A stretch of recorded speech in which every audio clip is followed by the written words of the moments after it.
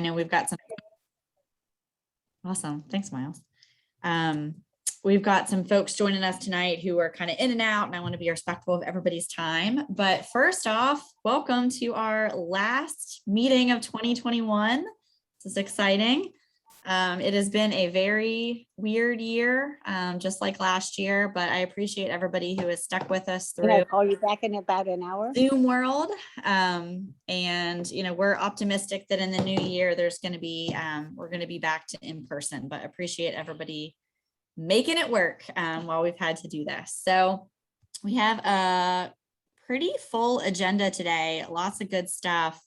I'll just kind of share, you know, back in the day, we would always have these printed agendas, and now, you know, we never do because we're never in person, but we do really make them every time. So just to share kind of what we'll start off, we typically do our neighborhood updates a little bit later, and most of them will come later, but we're going to start off with a quick update from Michael Plotkin, who is doing some of the cool development over at Westover Place. He has to hop off early, so we wanted to go ahead and get him in early. Then we'll go over to our guest reports from police, school board, 4th district.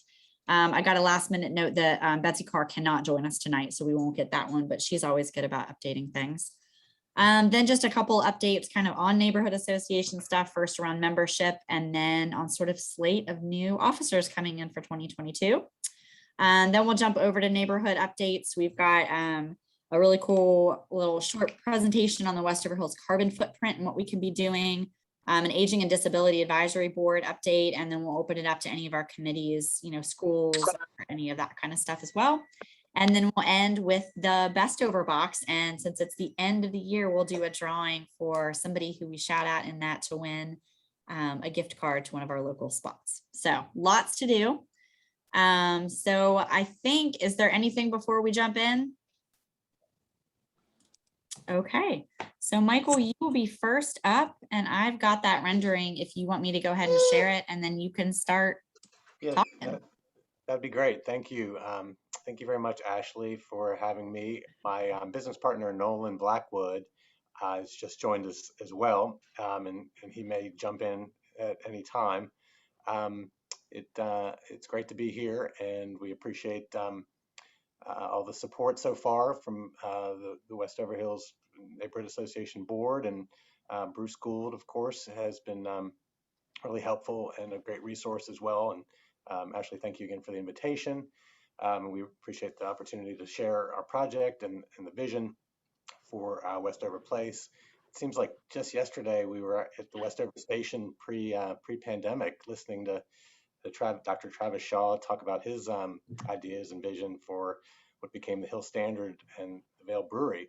So, you know, we have to give a shout out to him and Jenny Barrett Shaw for setting the bar so high for such a dynamic project. And hopefully this will be maybe the second one of many on the block and in the neighborhood.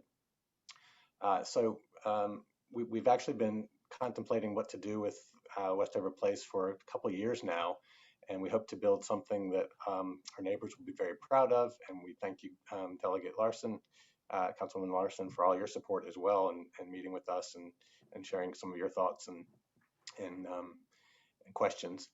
So as you're likely aware, perhaps from the Richmond Biz-Sense article recently, our plans call for demolishing the existing building, and we will go 2 stories above the first floor of commercial retail. And we think this approach makes really good sense, and that the new building will blend in well with the development across the street, as well as the other buildings on our block as well. And the commercial space on the first floor will be just under 8,000 square feet. So it's smaller than the existing square footage now. So currently we're still working our way through the city POD process, and we hope to complete permits and construction by spring of 2023, barring any major pandemic surprises or supply chain issues. So in light of that time frame, ongoing discussions with possible commercial tenants are still in the very early stages, but we're very encouraged by what we've been hearing so far.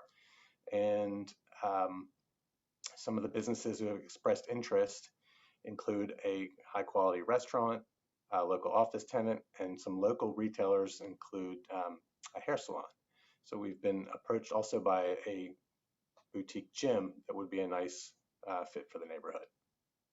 So some of the amenities that we were planning will be bike parking, some green space, and a dog and pet area in the back. So long story short, strategically, we envision a very high quality development that will be convenient to walk or bike to, and inviting for families to gather and spend time together. The building, we think, with the brick and the mural will be very attractive and will complement the unique aspects and diversity of Westover Hills neighborhood. So happy to try and take a few questions now, but fortunately I've got to run in a little bit because we have signed up to coach my 10-year-old in the Bon Air Basketball League. So of course his first practice scheduled for tonight. So that's still underway, but Nolan and I are happy to listen and try and answer any questions you might have. I had one quick one, Michael. Is this in the slide I have up right now? Is the side with the 2 parking spots, is that Forest Hill Avenue, and the one side is the alleys, or am I backwards? So if you're looking, essentially the bottom of the parking, the first row is going to be Forest Hill Avenue. So there's 1 row of parking in the front and 2 in the back. 2 in the back, okay. Because I know that was one of the questions just that I was seeing from folks on the Facebook page of, how do we put more of that side in the back and have more frontward facing space? So it sounds like there'll be 1 of those and 2 in the back. Right. So currently there's 2 parking rows, 1 row in the back and 2 in front. So we're essentially bringing it as far as we can and minimizing as much as we can the parking in the front. And there's also going to be some landscaping and screening in the front to hide some of the parking in the front from the main road. So Ashley, so the parking, or Michael, the parking is all on the Forest Hill side of the alley. You're not infringing on the alley? No, the alley is not going to change, and there will be, instead of, there'll be 2 rows of parking behind the building now. Versus the one that's there now, or the, yeah. Right.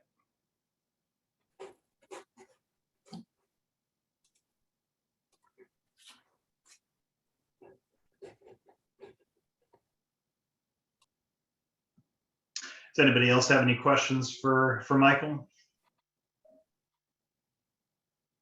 One quick question, the new restaurant that recently opened in place of the forest, I assume that's not impacted. Shouldn't be materially in any way. Their footprint won't change, and they're not going to go away. Okay. Does that answer your question? Yes. I assume the restaurant is to the right, is the right-hand side. It's That's white and correct. black. Right. That's correct. And the square that is in front of the purple outline of the building, that's currently basically the outdoor dining patio for Riverside Tavern. Michael, if folks have ideas or connections in terms of sort of that commercial space, is there a way for them to reach out and share, or if they're interested in, pricing or things like that? Absolutely. Absolutely. They can either email or call or text. They want to text the question, they can. My email is michael@dumbartonproperties.com. Hey, Michael, I have a question or possibly just some feedback. I'm relatively active on the Facebook group that is adjacent to the neighborhood association. And one of the consistent questions that came up when that BizSense news article was put into our group was questions about porches or patios on the upper levels on the neighborhood facing side of the building. the question of whether there would be any kind of patios, porches, I'm using the wrong term, I'm sure, facing into the neighborhood, if there was going to be any kind of a privacy screen or anything like that. And so that's the only question that I think hasn't been answered so far. You've pretty much, everything else has been covered here. Yeah, great question. Well, thank you. Ashley, I don't know if you can show the architectural facade drawing again.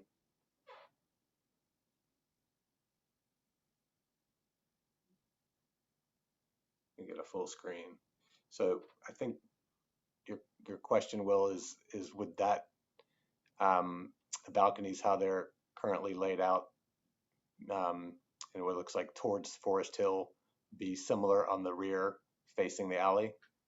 That is correct. That was my understanding, is that was the question that was put in balconies. Thank you for the correct term. So I think, Nolan, you can jump in here also, but currently there's a lot of trees back that you can't really see the buildings, the houses behind us, because there's a lot of mature landscaping. So I think the answer is yes, the balconies would be available on the facing the alley as well. And I don't know about additional screening that would impact, other than the balcony fencing themselves, if that would impact anything towards the alley.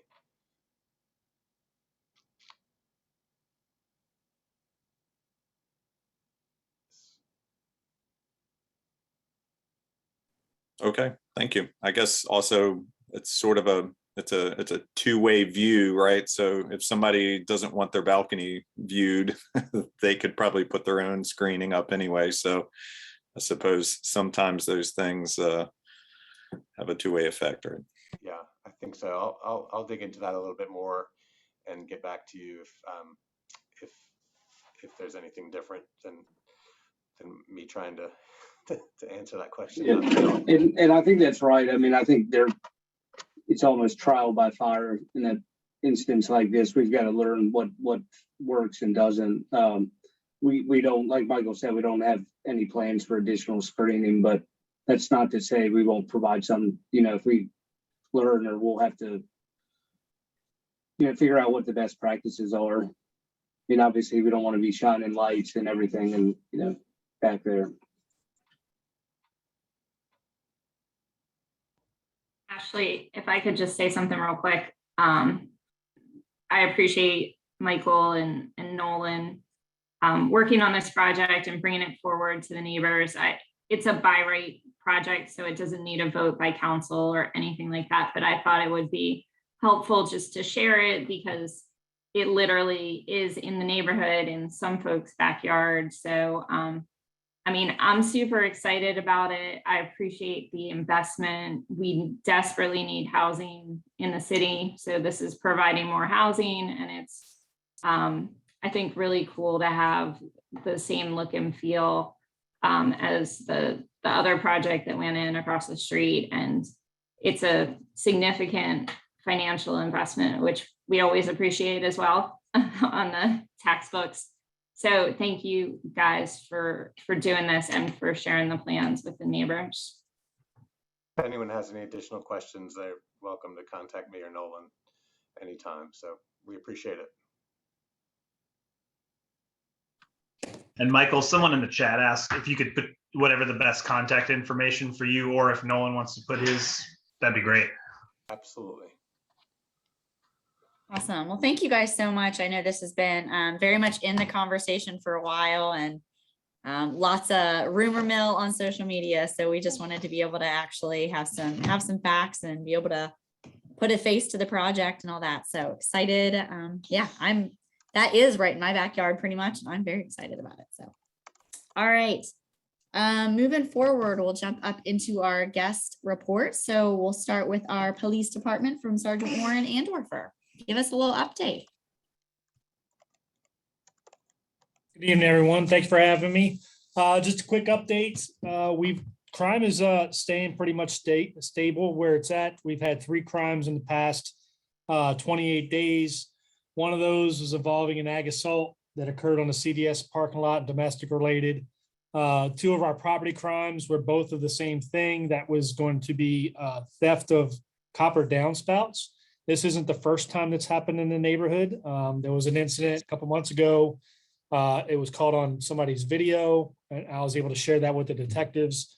And I believe they made an arrest on that particular incident, but you can see him actually just walk up in the middle of the day and just rip off the downspout and take off running with it. It was unfortunate, an entertaining video, but it was still an unfortunate incident because someone has to replace that property. But just to witness something like that was just unbelievable. The catalytic converter thefts continue. The targeted vehicles that appear to be in the Richmond metro area, because it's not just a Richmond thing, it's a complete Richmond metro area, if not nationwide. But the targeting vehicles are Toyota Yeah, I Prius forgot about that. and Honda Elements. The Toyota I'll come get Prius it. seems to be the biggest target right now. I'll come back. I gotta untangle. And we actually had one recently down in the Woodland Heights area that they left the jack underneath. It's still jacked up with the catalytic converter. So hopefully we'll get some fingerprints or DNA off of that to be able to track those down.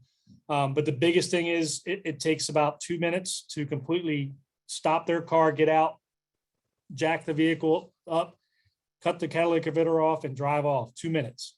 So it's very quick. The biggest thing we can do is hopefully park our vehicles in a well-lit area. If you have any type of surveillance cameras or anything like that, park them in view of those so that we can identify suspects, target vehicles, anything like that, that will kind of help. I know I put something out on Nextdoor a few weeks back on some items that you can purchase aftermarket to kind of slow them down some. I don't know if it'll stop them, but it's definitely something you can do to kind of stall their activity. So maybe they go under there and they change their mind saying it's not worth the effort. I don't know the cost of them, but it was definitely a post I posted out, I think last month. Another reminder, it's getting colder. I'm getting ready to put this post out on Nextdoor as well. Please don't warm your cars up and leave them unattended. If you do, you will come back out and your car will not be there. Even if you have a key fob, you start your car up and you think, they can't take it. Yes, they can. If those doors are open, even if they're not open, they can break the window. If you don't have an ignition disabler in that system somewhere, they can just get in and drive it. And they can drive it as long as they don't turn it off and they don't have to refuel it. So something to think about. Don't start your cars up. It's not worth the 5 minutes of a little bit of more warmth than being without a car for several days. So just take those in suggestions, and please share with your friends, neighbors, families, so we can kind of prevent some of that unnecessary crime that we normally see increase during the colder times. We also had an incident over on Sylvan. There was a post on Facebook Marketplace for a resident that was unoccupied, and they were trying to rent the unoccupied residence that they did not own. They were able to get significant amount of money out of the victim for a down deposit and administrative fees and first month and second month and all that. And then they show up and the guy's stalling, saying he's on his way, he'll be there in a minute. And then next thing you know, the phone number's disabled, blocked, and no further contact can be made.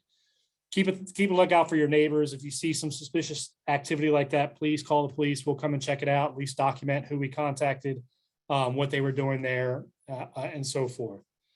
Any questions for me, concerns, or issues?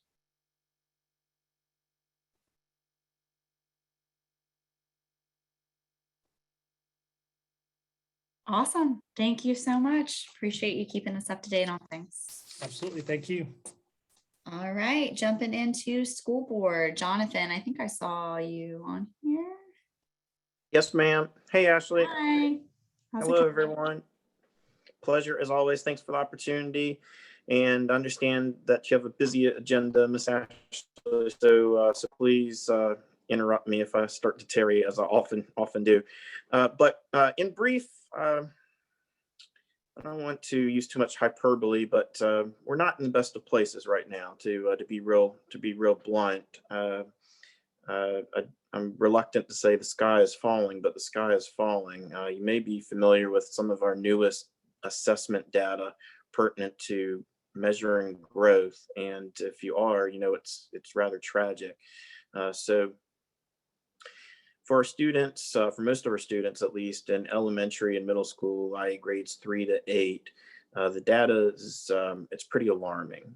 So in a few words or less, we have some schools where as few as 5% of our students have been identified as being proficient in, for example, in math.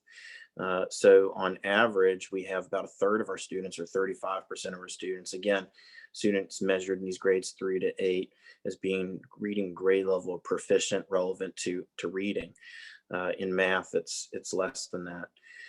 Last night in deliberations relevant to the subject, the superintendent spoke to the gravity of the situation, and if I recall how he said it, and I think he said it pretty well when he said that it potentially could take years he specifically said years and years to dig out of this hole.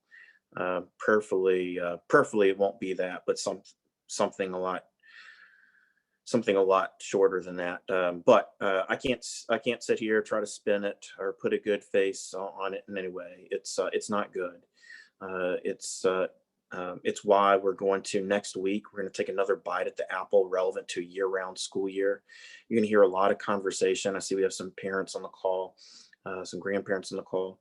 We're going to take another bite at the apple relevant to elongating the school year.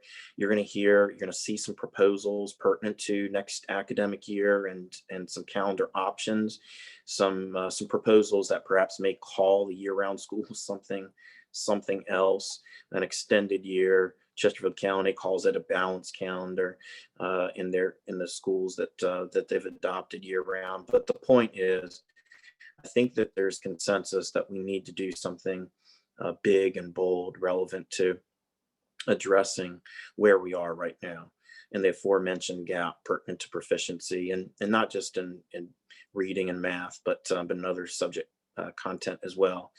I'm not going to belabor some of the conversation that we've had in preceding meetings relevant to what we did, for example, in scaling our summer programming, but instead, I think it's really important.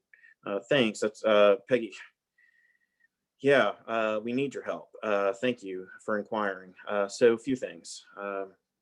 One, really urge you, we're going to be initiating a lot of conversation relevant to, for example, extended day.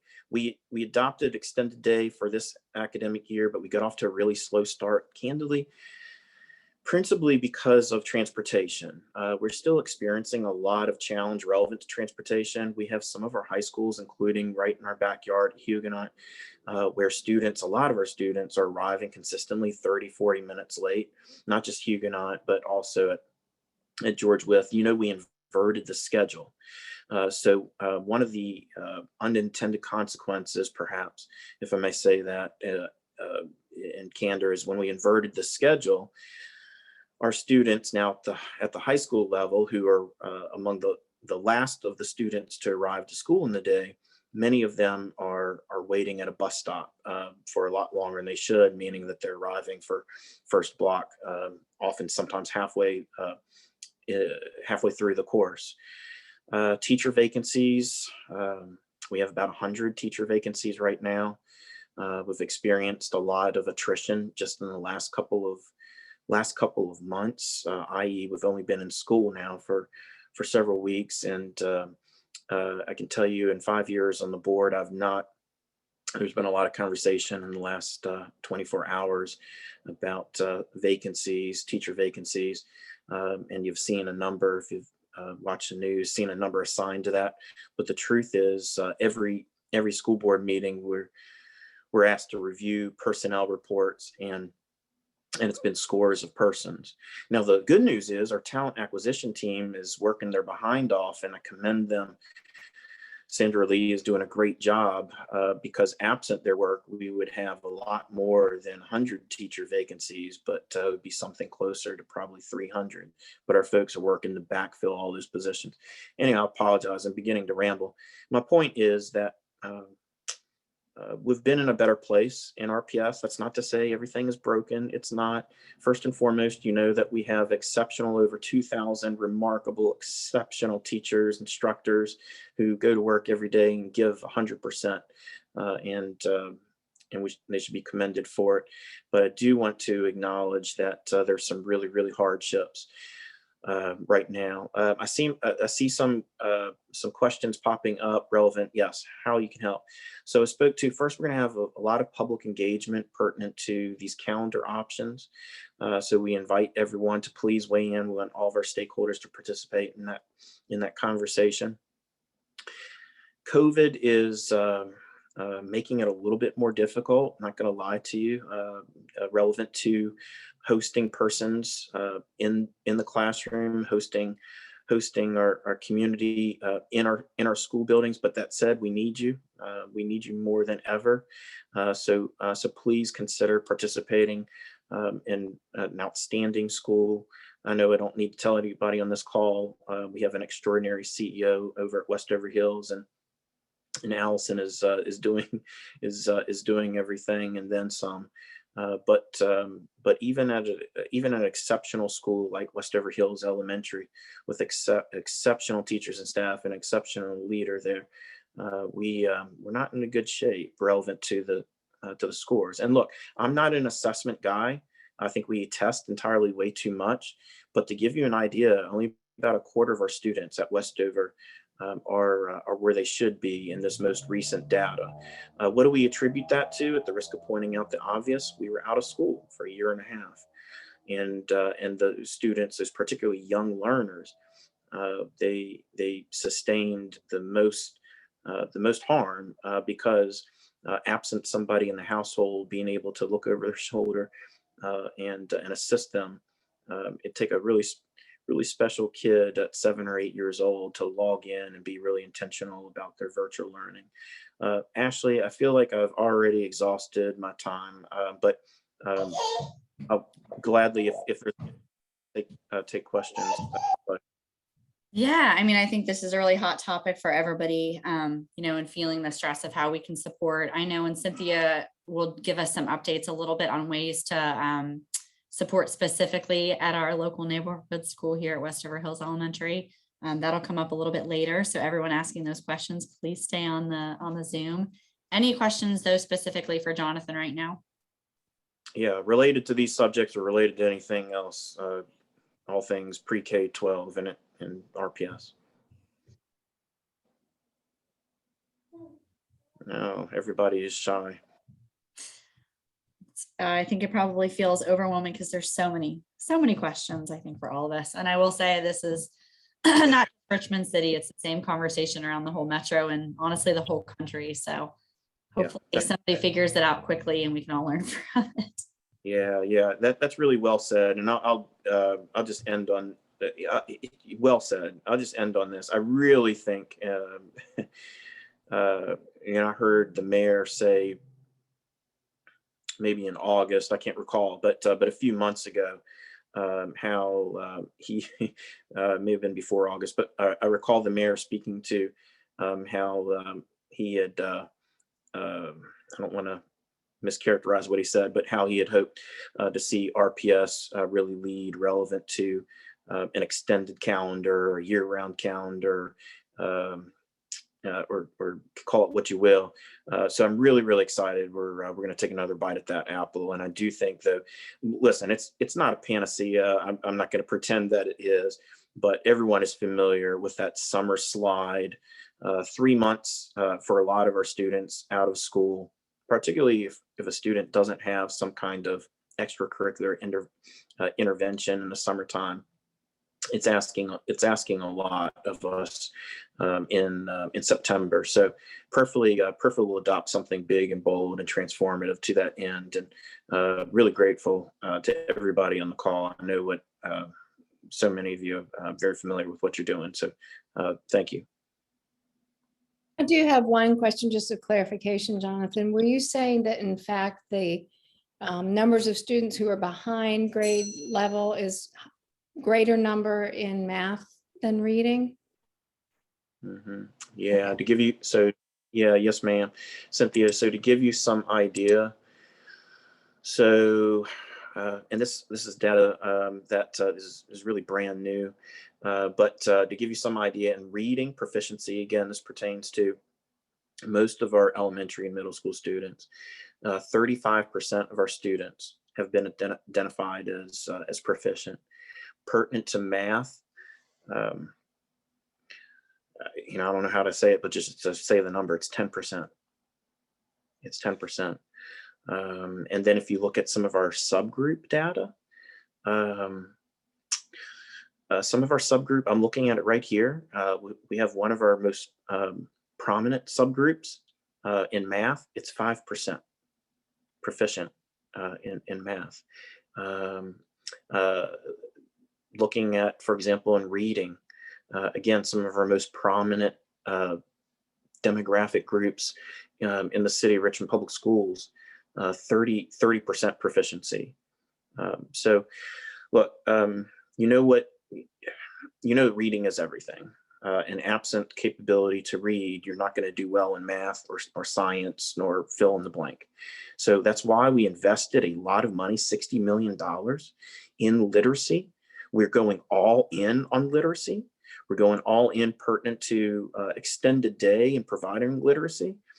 So thank you. Thanks for everybody for what you do. But yes, ma'am, we need your help desperately. Thank you, Jonathan. All right, our fourth district report from Councilperson Kristen Larson. Hey guys, good to see everybody virtually again. And I wanted to give a huge shout out to Ashley and the rest of the board and everybody who shows up just for meeting over the last, I don't even know how long it's been. We're like in a time warp. But, we do have a couple neighborhood associations that have not been meeting, and it gets a little complicated, especially with some of the seniors and stuff in the neighborhood.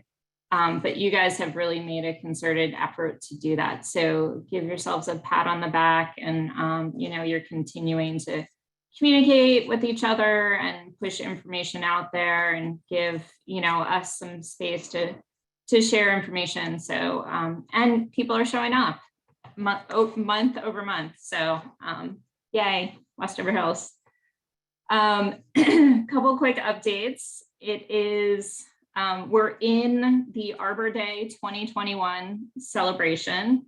It's the second annual, and this is an initiative that is being run by a group of volunteers.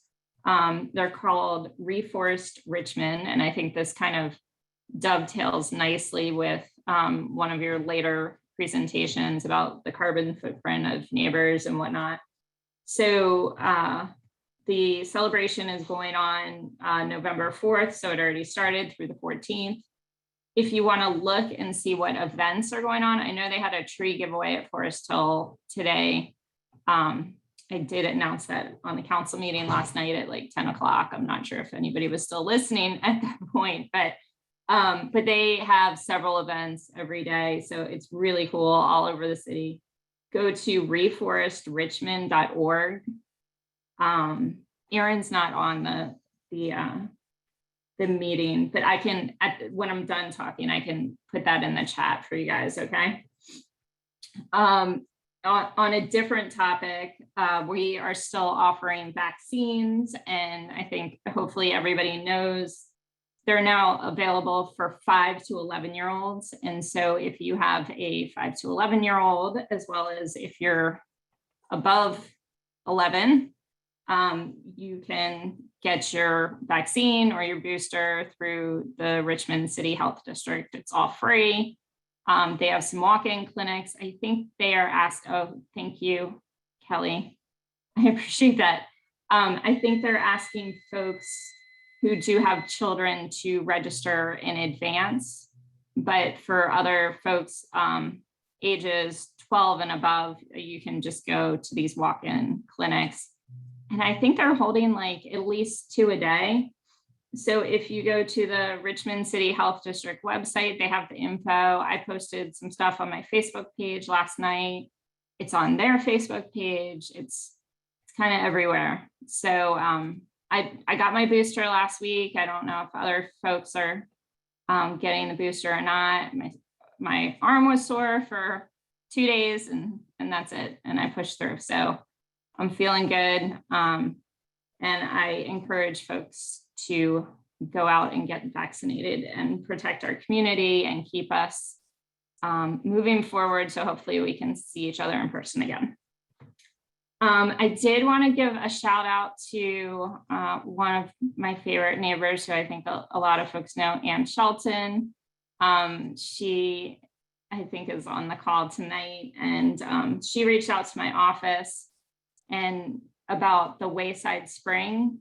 I don't know if folks have been down there before, but it's super cool. And if you haven't been, it's in the middle of Westover Hills. So go and drink some water. But there, in addition to the spring that exists where the pipe is, another spring has sprung.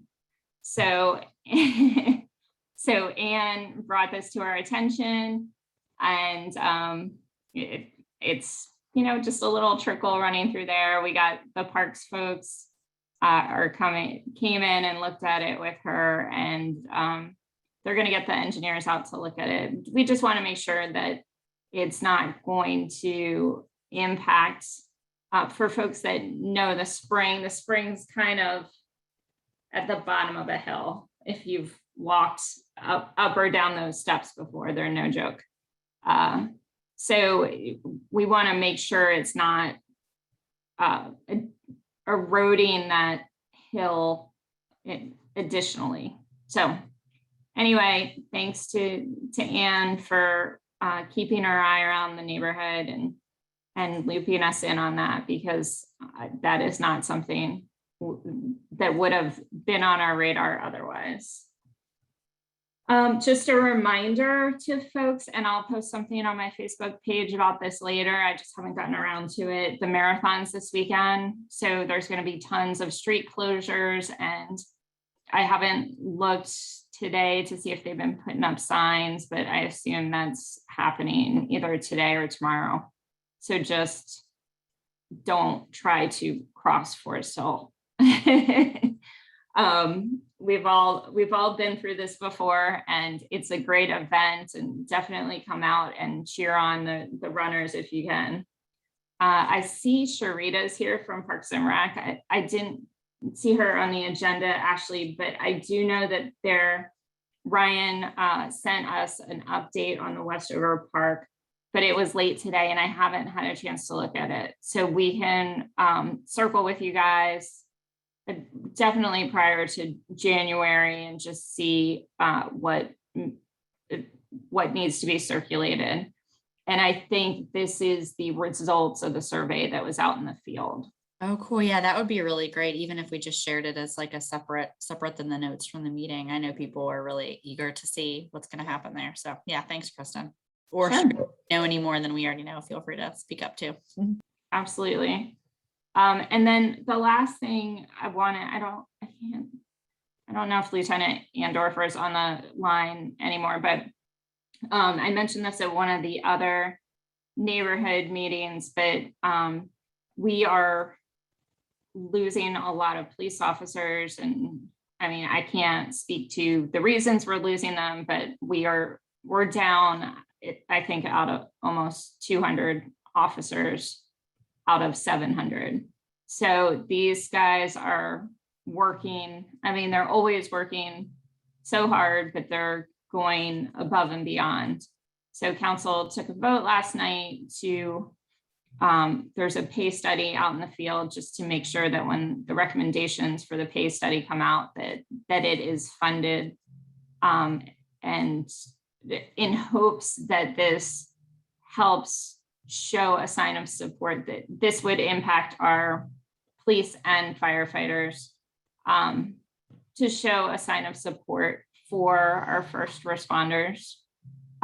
And so just to share with you all, and you can consider it or not, it's totally up to you, but I brought this up with Forest Hill and at their last meeting, and they had asked me what I thought they could do to show their support for fire and police. And they ultimately decided to, I think it was take some of their money. They usually do like an annual gift to the precincts that support our area.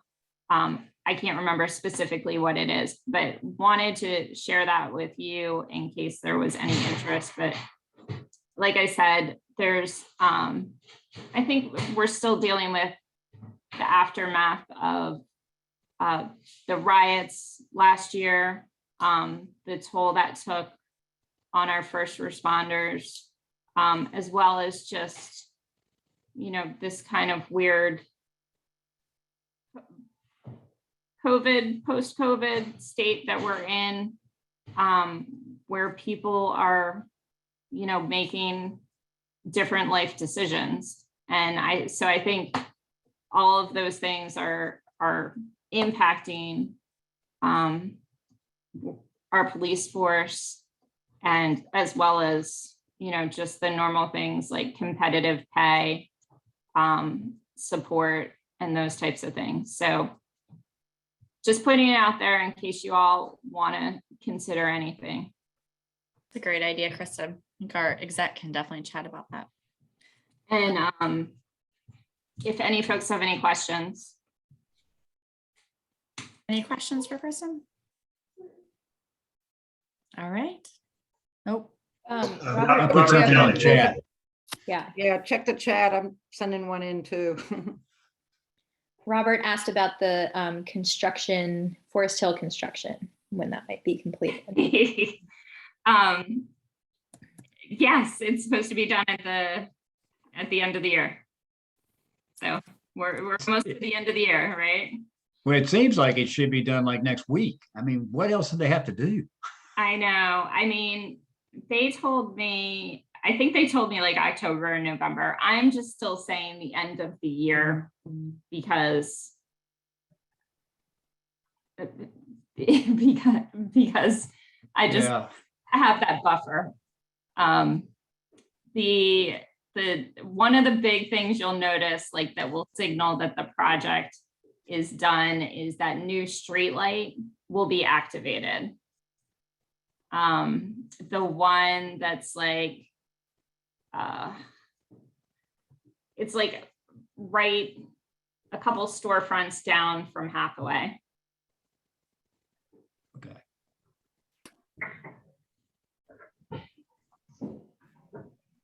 Okay. Were there other questions? Yeah, I had one, Kristen. This is, I'm in my retirement mode now. This is Rosemary. Oh my gosh. Hey, congratulations. Yeah, thank you. It's feeling good. I've got two questions. One's a follow-up on Forest Hill. Mm-hmm. So the plannings are unbelievable. And I know, that's construction, that's one contractor. And I know my old former colleagues at DPW have lots and lots of areas to maintain. Will there be an opportunity, or begin to plant the idea that maybe there be some adopt a spot, adopt a street, that, associations that want to keep this as a good looking area, that we would be able to participate just as we do our own median strips? I guess I'll just plant that idea. I don't know if I haven't actually discussed it with other neighbors, but I would think that there would be a Willow Oaks, Westover Hills, many of the other neighborhoods would want to ensure that it stays maintained. I actually, somebody else well, they asked me who was going to maintain it. And so I do have a question into DPW about that.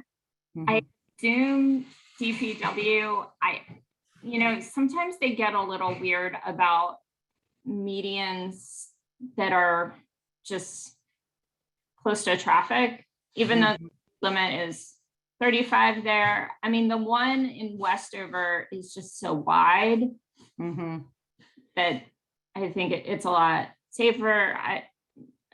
I don't know. Let me, I mean, I'm sure if we got neighbors out there that it would be fabulous. And we certainly have a lot of folks with a lot of skills in the garden around here. And it would probably take like the way we used to do cleanups, it would probably have to be a weekend where they would close lanes and things like that. But maybe we could provide power, manpower down the road. And my second is really just a comment at this point. I don't know Sharita Johnson, but she's with Parks. I just want to give a big shout out as a new retiree. I've been getting a lot of opportunities to go up to Forest Hill Park, and the pickleball courts are incredible up there. And it's doing a great job. And I understand we have some indoor courts too at Humphrey Caldwell. So all these things I didn't get to take advantage of. That's awesome. Those pickleball courts are crazy busy. They are. They really are. All right. Thanks, everyone. I think we're running a little behind, so I'm going to keep us moving, but thanks, Kristen. Those were great. Okay. I'll update the chat and then I'm going to drop, but have a good night. Thanks, everybody. Thank you. All right. Switching gears a little bit into a couple Westover Hills updates on the association. Rich, are you on to do a brief update on membership? There you are. Sure, I can be brief. And sorry earlier, I was coming in from the car. I think I was yammering to interrupt somebody. We are sending out our first member mailing in, 2 years, 3 years, this week probably. And what we've done is we've kind of grandfathered in anybody who renewed over the last year or two into 2022 membership. The idea is to be inclusive. I mean, we're not exactly like broke or anything like that, but we do like to get memberships in. We think they connect people to the association. They feel a sense of ownership, and it brings people actively into the neighborhood. So we're definitely going to do that. I think I don't have my stats with me right now because I'm on my phone, but I think I sent you the numbers. Actually, I think it was like 20%. We're around 20% right now, which is pretty good considering we have not actively asked anybody to renew. They just do it anyway. So we've gotten a few stuff in, and then we got a bunch of stuff in from the picnic that we're counting towards next year. So we're sending out, I think, about 700 mailers this week or early into next week. So if you have not renewed, now is your chance. And we do get still a lot of folks who send paper stuff back in. So the mailing does tend to be worth it for engagement and getting that stuff in. So we'll send that out and see where it goes. And then again, that's for next year's membership, like membership through the calendar year of 2022. And we'll continue to kind of update that and continue to ask folks in the new year online. We don't do a second mailing anymore. We haven't found that to be worth it. So probably will not do that, but we'll continue to ask online and at our events to remind people to renew. And Paige continues to run it in the RAG too. So that's another good spot where we get a few in. Thanks, Rich. I appreciate you updating that and handling the mailing. That is, a really important part of us being able to do all the things that we want to do. So shout out to everybody who's already gotten their membership in. Go ahead and get yours in if you haven't. And that is a nice transition because one of the perks of membership is that you are able to vote on your elected officers.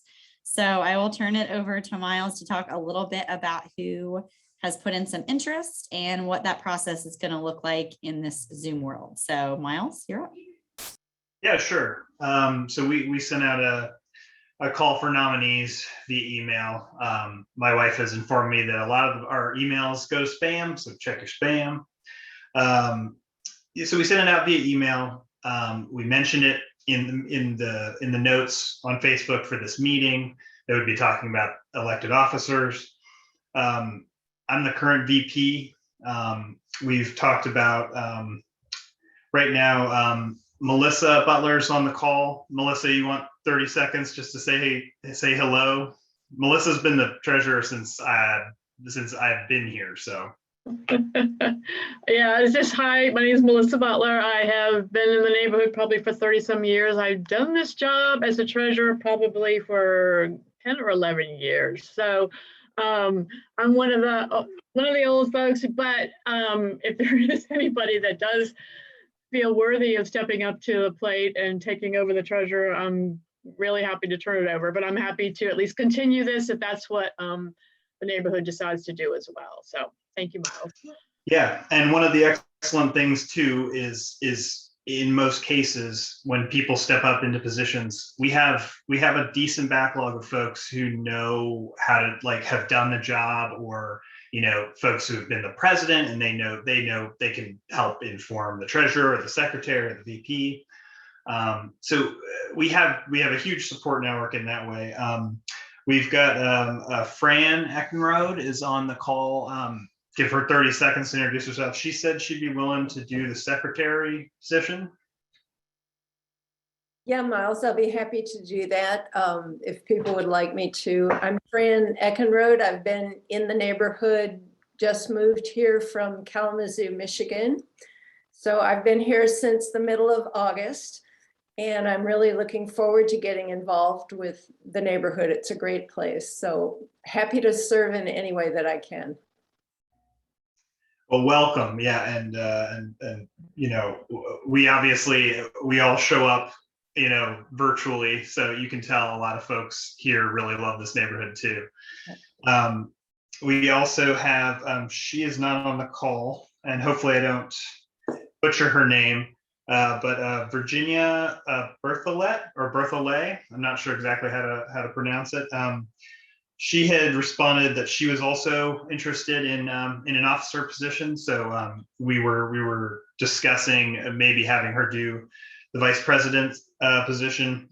And so just real quick about how the process will work is any neighborhood member you can nominate anybody. You can nominate yourself, but you can also nominate your neighbors if you know somebody who you think they'd be an awesome, treasurer, secretary, VP, president. Nominate them. Send us an email. And in December, once we gather those folks, we'll send out an electronic Google form and have people vote. It used to be that we would line us all up in wherever we were meeting in person, and people would just yay or nay, and I don't think I ever saw a nay. Because we're all volunteers here. So, but yeah, so in December, we'll send out the electronic form and people is basically confirming the slate of officers. We're going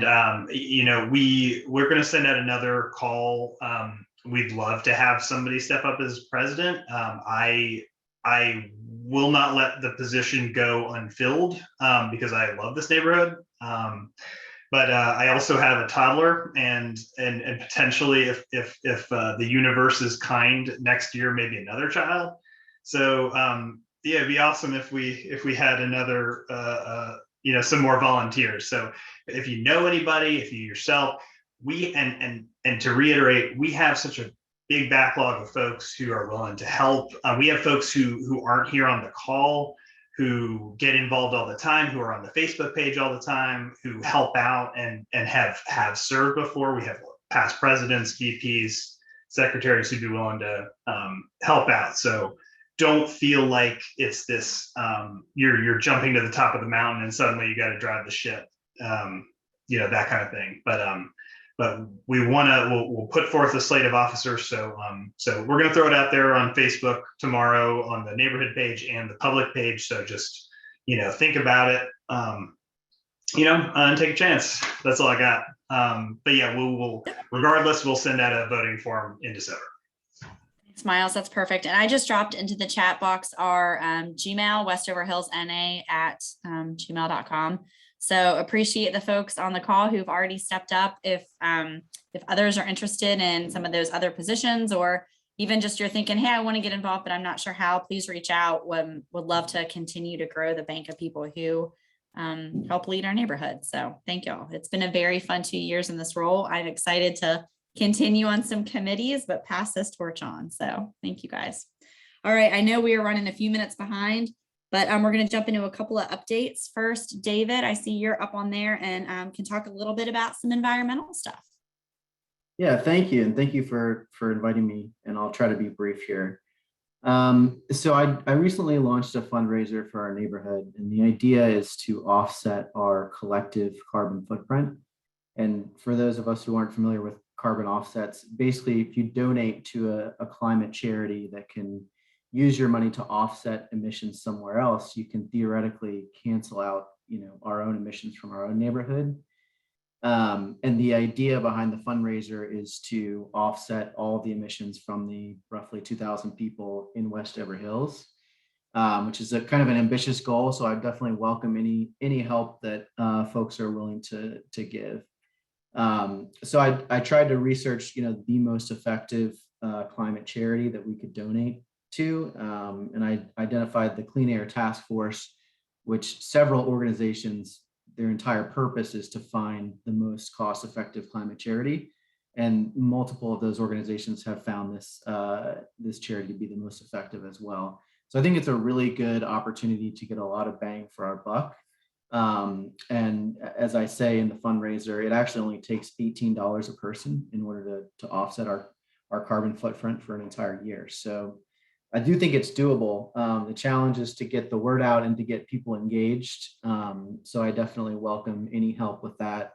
With spreading the word, whether it's helping with flyers or whatever the neighborhood association can do with its email listservs or whatever help you guys can offer, I'm definitely open to.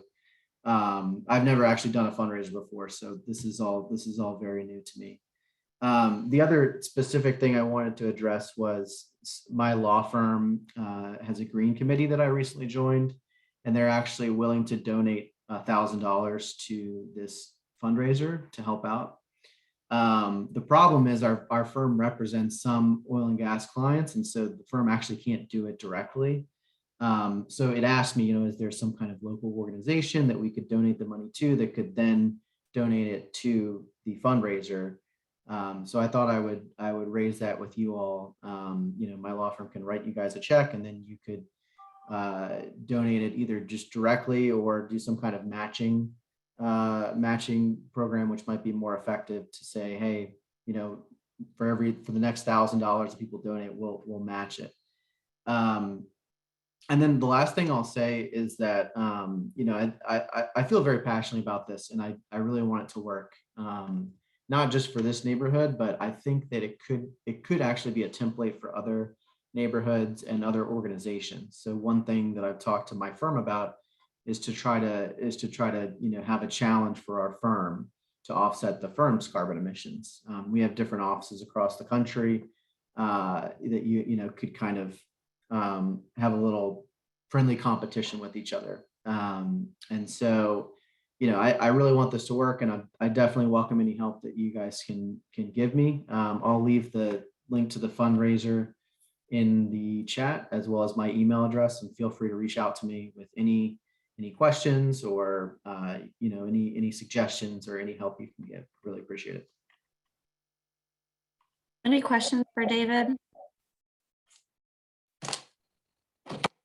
And I will say, you and Melissa and I can circle around about kind of that pass-through piece. I think that's really easy. We also do have a community involvement committee that has some little small mini grants that potentially we could, try to put this in a little nomination for that. So I'll link you with the right people for that, David. That's great. That's really good news, and something that I'm sure we can support, but we do need to take it before the community involvement committee. Yeah. Okay. Thanks, everybody. Is Mark on here? He was going to speak about the Aging and Disability Advisory Board. I don't see his name, but he might be one of these phone numbers on here. Going once, going twice. Okay. All right. Any of our other folks, Cynthia, you want to talk a little bit about some of the Westover Hills stuff? Elementary? Well, I don't have much of an update because I have not been able to connect with Lindsay. I think things have been pretty consuming at the school, needless to say, especially when you hear what Jonathan shared. So Lindsay Wilson is our community and schools representative at Westover Hills Elementary. And I'm acting, just for those of you all to understand, that I'm acting as our neighborhood's liaison. So she doesn't have 200 people from the neighborhood asking her, what can we donate or how can we help? I wish I had more details right now, but what I am trying to do and I am doing is getting a list of people with emails and phone numbers who are available. You know, I know Posey, you were saying you're recently retired, especially people who have the time to give. And what's great is there are some projects that arise that things can be done at home as well as in school. So an example is that 6 of us assembled almost 500 leadership notebooks for every student in the school. It was 400 in the school. And that involved collating pages and putting them in sleeves and then ultimately assembling the notebooks so that every child had this leadership notebook. And that was done with a combination of people who did things at home. And then a group of us went up to the school one day in the cafeteria for 2 hours and we got it done. It was just an overwhelming project for the teachers or staff to take on. So there's things like that that arise that I'd love to have a growing list of people.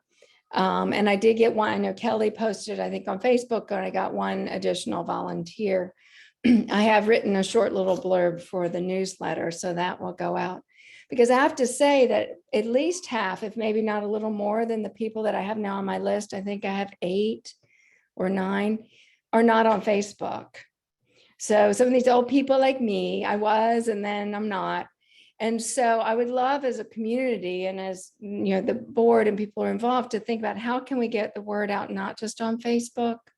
Then there is Nextdoor, but now Nextdoor seems to change their algorithm. And I just get a whole bunch of stuff that isn't even related to our neighborhood. So it becomes hard to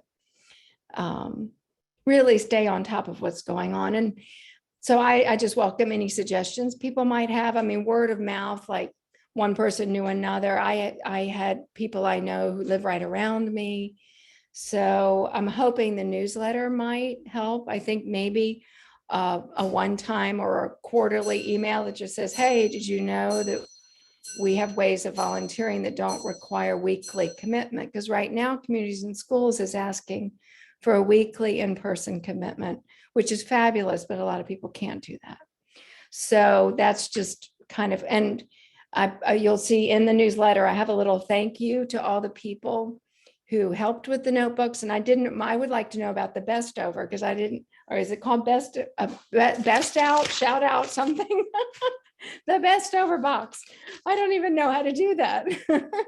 So yeah, but there's some specific items, toiletries and some clothing needs that I'm going to get an updated list and we can figure out how we get that out to the neighborhood. Part of the problem is they don't have storage, so I've offered to store things at my house. You're awesome. Thank you for being such a strong liaison. Any questions for Cynthia? There is one from Fran. Will your email be in the newsletter? Did you put that in there? You're on mute, Cynthia. I'm putting my email and my phone number in here, which Awesome. will be in the newsletter. Cool. Thank you. Thank you.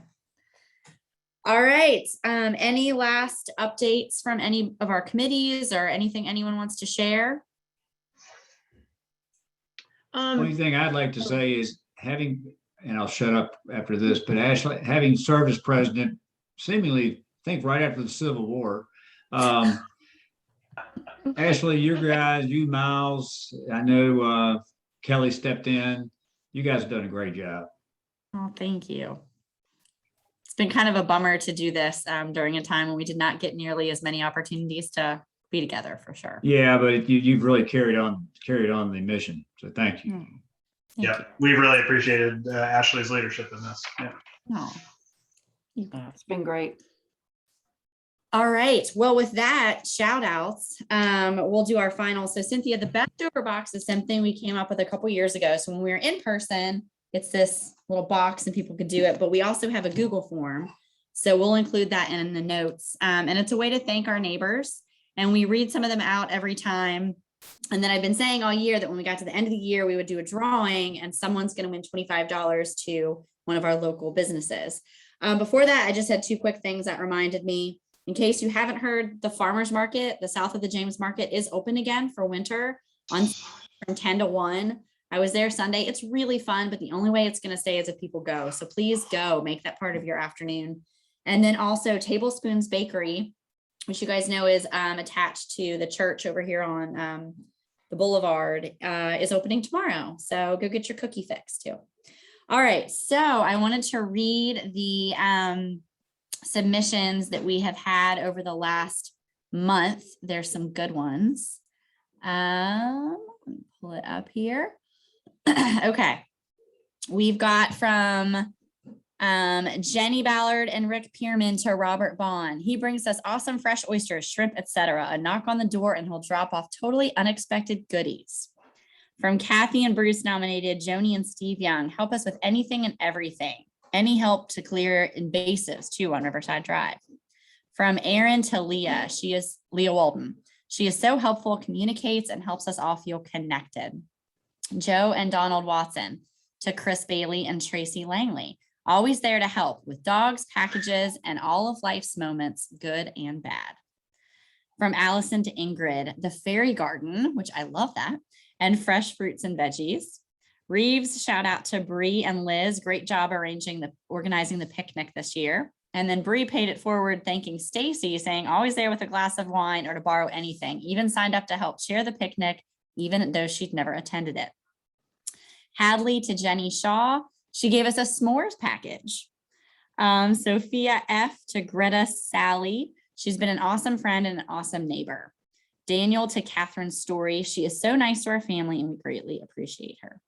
Greta to Ann Griever and Suzanne Frankie. Whenever we come over, she gives us candy. I need to go over there. Avery to Carrie Rogers, always helping out and having fun. Allison to Bill and Cynthia, the little free library and picnic table. And I saved this one for last because I loved it so much. Some of those are silly and funny, but some really show the connection in our neighborhood. So from Gary Thompson to Sandra Golding. After my father died, Sandra and Fred Golding kept an eye out for my mother, who lived on King William for the next 25 years until her death. So I think that just goes to show how powerful the connections are in our community. And that's because of every one of you. So the big drawing, not very fancy here sitting in my room, but all right, the gift card is going to, from Robert Kelly to Leah Walden. That's one of the older ones from helping with the holiday decorations, but that's awesome. We'll make sure Leah gets that. And thanks for the nomination, Robert. Yay. All right, I appreciate everyone sticking with us 9 minutes after. We'll send out notes. And if you or anyone you know is interested in stepping up for leadership, please do. It's a lot of fun. I've enjoyed getting to know all y'all so much the last 2 years, and you will not get rid of me. I will be around, just not organizing. All right, guys. Thank y'all. Have a very fantastic night. See you soon. Bye-bye. Bye, everyone. Bye, guys.